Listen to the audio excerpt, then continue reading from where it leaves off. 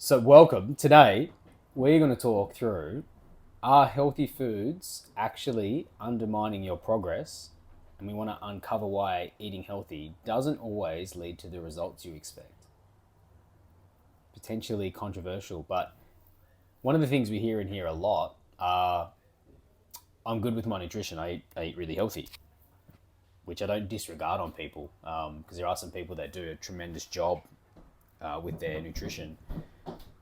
But in terms of like body composition or energy levels, if it's not benefiting that and they're not seeing that move in the direction that they want, then it's a pretty good place to start. And I want to uncover a few reasons as to why. Just because you're eating a whole nutritious diet that quote unquote has a lot of the good healthy foods, you may not be getting the result that you're after.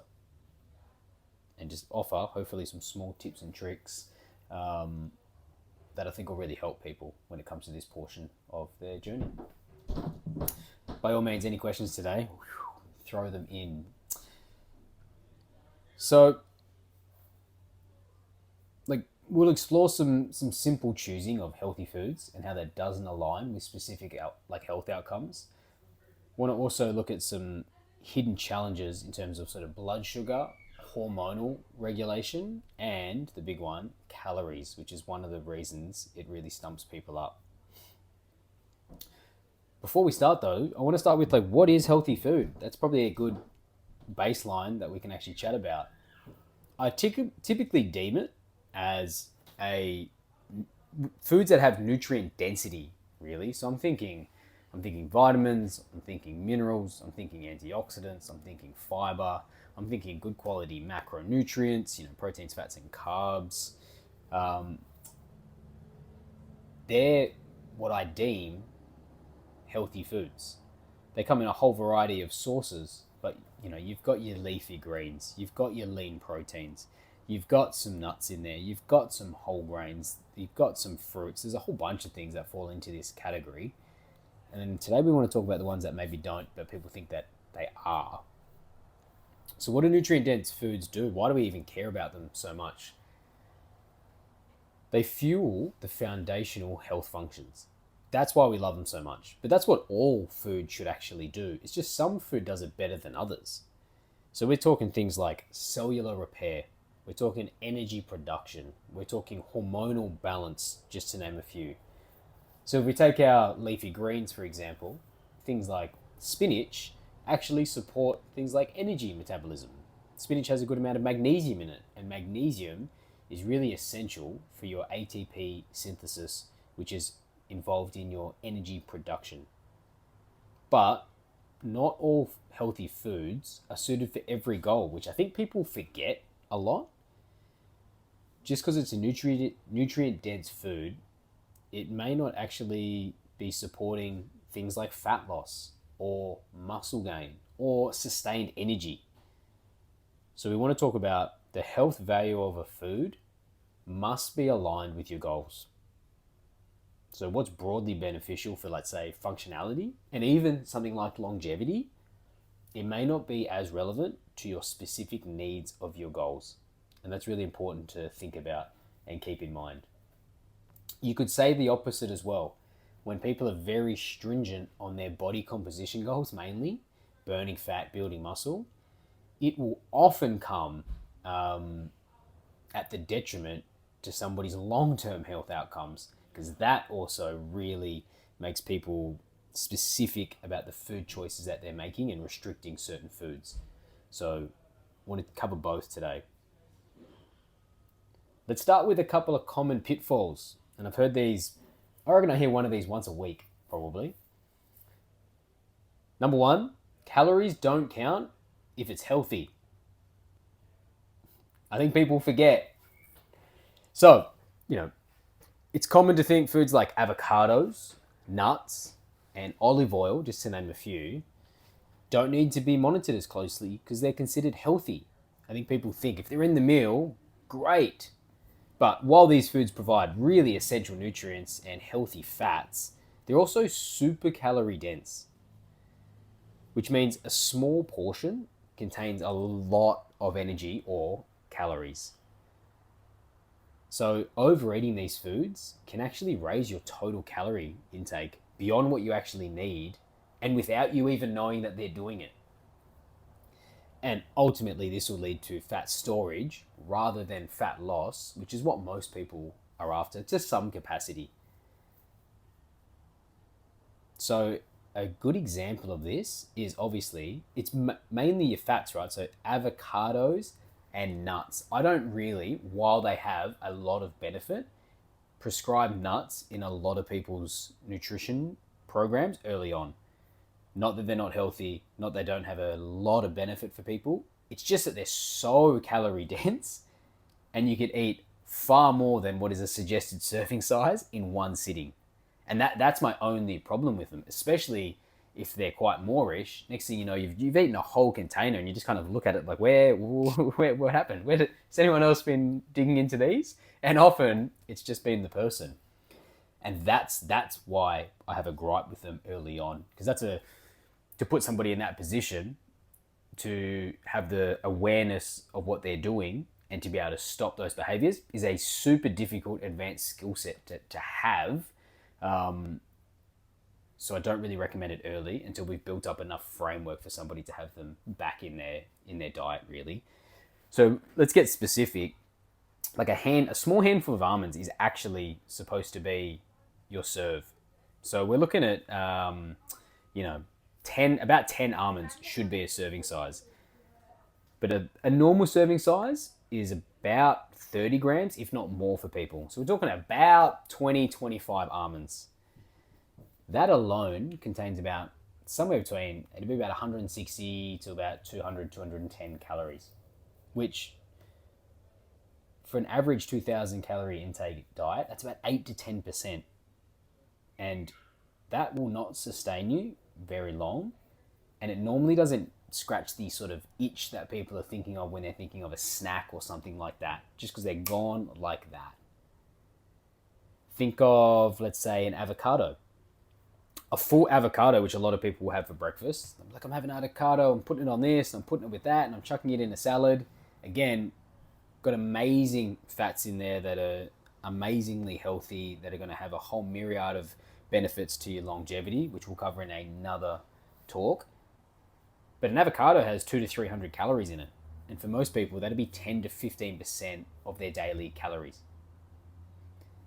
Now, if we're talking a big avocado at lunch and we're talking some avocado at breakfast, or we're then having some nuts as snacks, whether it's morning or lunch or dinner, we could be looking at 700 or 800 calories, maybe 1,000 calories just on someone's avocado and nut habit for the day. That's a lot of calories just for 2 or 3 different items of food. And that's why we just need to be really mindful when we're looking at things about what we're doing with those behaviors.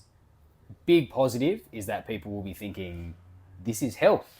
And I love that thought process, and I would never want to take that away.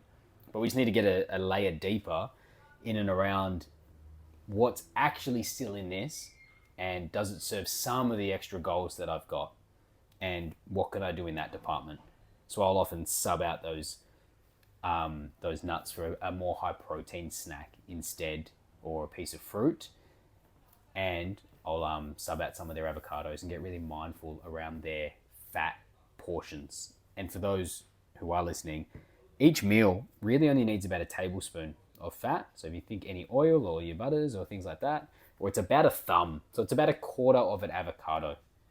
That is enough of a fat profile in your individual meals to get the amount of fat that you need in your diet. 1, for longevity, but 2, to keep the calories a little bit lower, because they're really calorie dense, your fats. Any thoughts around that, Jeffrey? Well, I hate avocados, so that's not I knew you'd say that. pack my esky bag for lunch or dinner at work, and I used to have like a big container of nuts. Yes. But you're right, you just keep eating and eating and eating. So now I've got actually a really small little container, and you can only put it like maybe 7 or 8 max nuts in there, and I'll just take that instead, so I'm not accidentally overeating with that calorie dense food. I don't have it on me, but I've actually got a really small Tupperware container that is smaller than this little whiteboard marker. And I'll always, normally, if I'm going to have nuts as a snack, just pair it with a fruit so that, one, it helps me just stick to the recommended serving size of, 10 to 15 nuts. And it means that I get some vitamins, minerals, and fiber from my fruit. But it just allows me to be a little bit fuller because the fruit will fill you up and not just overindulge in my nuts because, you really can. You could probably go through a whole mini bag in one sitting and you don't even notice. Next thing you know, you've done 500 calories, which you'll get a lot of good nutrition from it. There's no doubt about it. But you'll also get a few extra calories, which may or may not end up on someone's midsection. Misconception number 2 is actually skipping sort of some nutritional balance. So it's kind of eating only vegetables or carbohydrates without protein, which normally will leave somebody hungry and fatigued and lacking some nutrients actually necessary for their energy levels and their muscle maintenance. So, a lot of people was, I'll just have a light lunch. We hear that one quite a bit. Skimp on a few calories at lunch. So they'll eat only some small vegetables and some simple carbs in there, light foods, hoping that it will help them stay lean. But without some of the protein and the fats in there, you're actually likely to feel hungry much sooner. So you just don't get that satiation in the body and you don't get the proteins and fats actually telling your brain to sort of metabolically we're good, and it slows down actually what's happening in your stomach and the absorption of what's happening in those actual vegetables and carbohydrates. So without the protein and fats, you get that energy drop, muscle repair will normally slow, and it makes it really difficult to build if this is a concept you're doing in every meal. And because of this, your fat loss is actually hindered. When you're undercaloried, if we're talking a 2,000 calorie diet, we see a lot of people that are like, oh, maybe I'll just go to 1,000, 800 sometimes. And it's just too low, and they'll do things like this. They'll eat light meals. So they'll still be getting some fiber in. They'll still be getting, some vitamins and minerals in because, vegetables are packed. But they'll be under protein, they'll be under fat, and that really has detriment to dropping body fat and putting on muscle mass.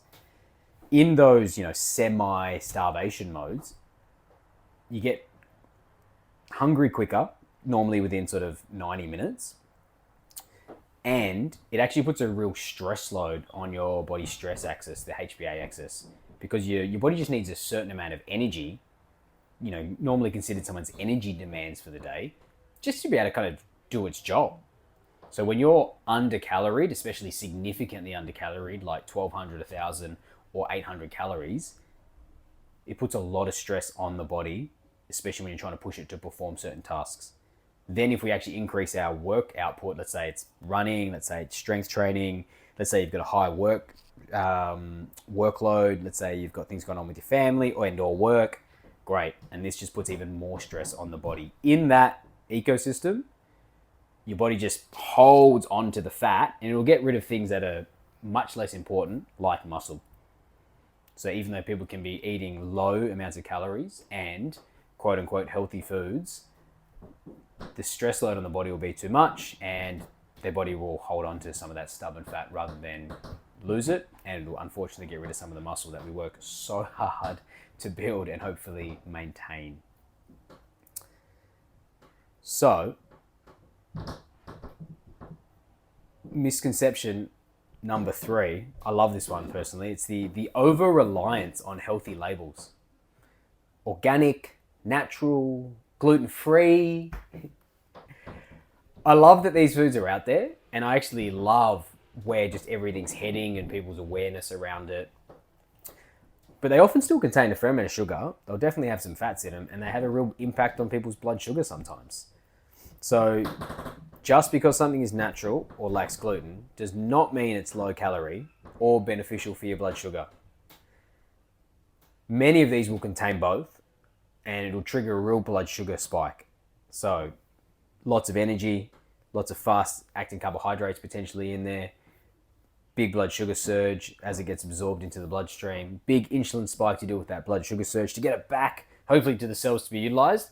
But if you're kind of sitting down like we are now, might just get, unfortunately, stored as body fat, which is, there's not too many people in here that are trying to go down that endeavor.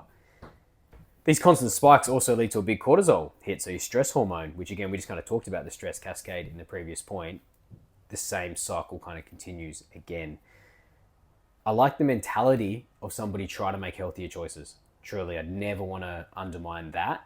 The same as when people are having nuts as snacks. If that's what you're thinking, you're so far on the right track. But it can also, if we don't think clearly through it, just be a bit of a hindrance on somebody's results. So that's kind of the concept around today. And normally they'll go through one to the other. They'll, it takes a while for people to understand what the actual culprit is that isn't giving them the result that they're after. And they don't look at the quote unquote healthy foods or the healthy labels first. It's normally one of the last things that they tackle because they've their preconceived notions that it can't be that thing. So we see them a lot. There's lots of like organic granola bars out there. There's lots of, the newest ice cream that'll be paleo, or there'll be lots of gluten-free muffins, and people just go, I can pretty much I guess I can live on this. I wish we could, because they're normally pretty delicious. But I honestly just treat them just like a better version of the sweet treat that I actually feel like, and use them as if there's only that thing, available, rather than it's just an okay, I can just have it whenever I want because of those food labels. So think about this, some gluten-free muffins, they can still contain 300 to 400 calories. They might be packed with honey or maple syrup, and that's much better. They might have coconut sugar and all amazing. You make an amazing sort of protein paleo ball. I couldn't have them near me. I'd eat too many in one sitting.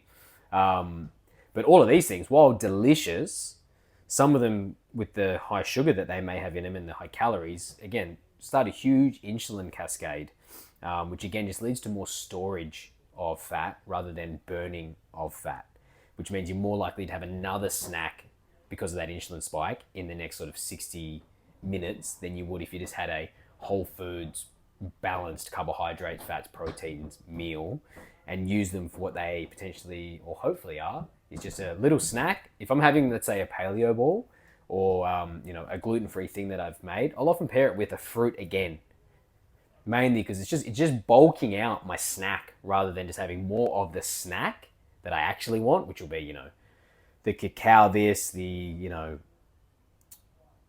bowl of whatever someone's made, the bar that I've made at home, the yogurt parfait thing that I've put together.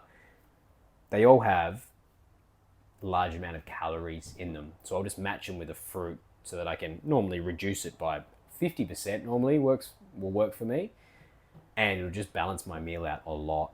And then I'm not looking at them like it's a get out of jail free card, because there's kind of no free lunches in the nutritional world.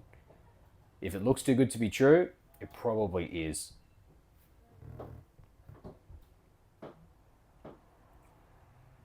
So when we stack this up as a day, this is kind of where people can kind of get misconstrued. It's I get up and I have a whole avocado. There's 400 calories. They'll probably put it on, a sourdough or something like that. And then in the full, paleo world, they might have eggs, they might have salmon, they might have, feta or goat's cheese. It's at a minimum, we're going to hit 400 to 500 calories for that breakfast. With the salmon and the eggs and the cheeses, we're looking closer to 800 to 1,000. Both of them are big breakfasts. If you then have a handful of nuts or too many nuts in the morning, we might have another 300 to 400 calories in someone's morning. Then we go to the afternoon potentially. And if the afternoon is, a couple of gluten-free muffins or a gluten-free muffin and a delicious paleo ball or a bar, a nut bar, we might have another 300 to 400 to 500 calories for that snack. And you can just see how the day kind of adds up pretty significantly. And then they might even have, some form of quote unquote health ice cream / bar again at night because they've got a bit of a sweet tooth. That's kind of how the day stacks up for all three of these to actually mean, don't get me wrong, you're going to get a lot of vitamins, minerals, antioxidants, some reasonable macros from that day, but you'll also get a fair chunk of calories. And normally, if we do some tracking, somebody will normally sit sort of 23, 2600 pretty comfortably, and they don't understand why the dial isn't moving on the scales or their body fat, and it's just because of the hidden density of so many of these foods. So simply put, I always build my meal around protein.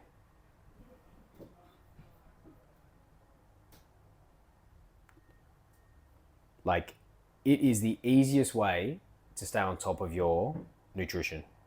I don't mind what the protein is, it just needs to be in your nutrition. Palm size, that wide, that fat, does the trick. Breakfast, lunch, dinner. Puts you in such a significant win for your macros, but it'll give you such a significant win for staying full. It'll help you preserve all your muscle. It'll help you burn all your fat. It's the biggest metabolic booster that I know of. And it's pretty much the easiest bang for buck thing to do to see long-lasting results. Any questions from today, Jeffrey? Not so much questions. I was just thinking, before I started at Fifth Element Wellness, food for me was either about weight loss, which just meant you needed to cut out as much fat as possible, or if you weren't worried about your weight, it was simply about taste. Whereas now I see food as, like, I never really thought about it in terms of energy. That, this is, it's like kiddie stuff. So, for example, I trained this morning, but last night we had a bit of an emergency at work. It meant I worked 8 hours, didn't have any dinner, came home really fatigued and tired, slept in this morning, just had a protein shake for breakfast. I could really feel it in the workout, just in terms of my energy to actually get through the workout. So that shift in thinking around why nutrition is important has been really significant, I think. It's a good point. Like, the importance of nutrition, like, it is the building blocks for everything that we have. So whether it's, the enzymes that do our processes, whether it's the hormones that we need to build, whether it's the neurotransmitters that are helping us operate, or whether it's just the tissues of the body, everything's built on what we actually ingest into our body. The better the quality of that, cool, the better that process will be. The worse, obviously, the worse it'll be. And it's just about framing, what do we want to do it for? It doesn't mean there can't be enjoyment. It doesn't mean it doesn't have other cultural benefits. They're all really important as well. But the basic foundation of that part of your health world is it should be the building blocks for your health. And it's hard to have good health without it. Which is why I love everyone's ethos when it comes to thinking about longevity and thinking about good quality nourishment and what's actually going into their body. But there are hidden dangers that we just kind of want to tackle to get on top of things, especially when it comes to, putting on weight, because it's putting on body fat, I should say, because it's tremendously easy to overeat comparatively to out-train a diet.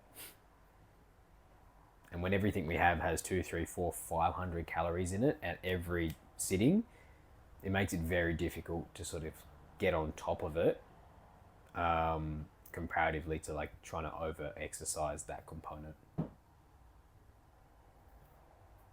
Vince, we've just been chatting about the hidden dangers of some healthy foods that undermine progress. Any questions from your point of view?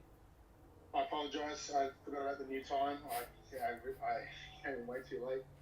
No, I mean, not that I want this to be an ad, but I have had issues with dropping a bit of weight, to be honest. I just started with Anthony and I've dropped 7 kilos in just over a month. So I was very interested, and I will watch the replay because, I've changed not a lot in my diet, but realised a lot of the mistakes I was making just in that I was eating healthy, but obviously way too many calories and the wrong calories at the wrong time. So it's been not a huge change, but it's been pretty impactful.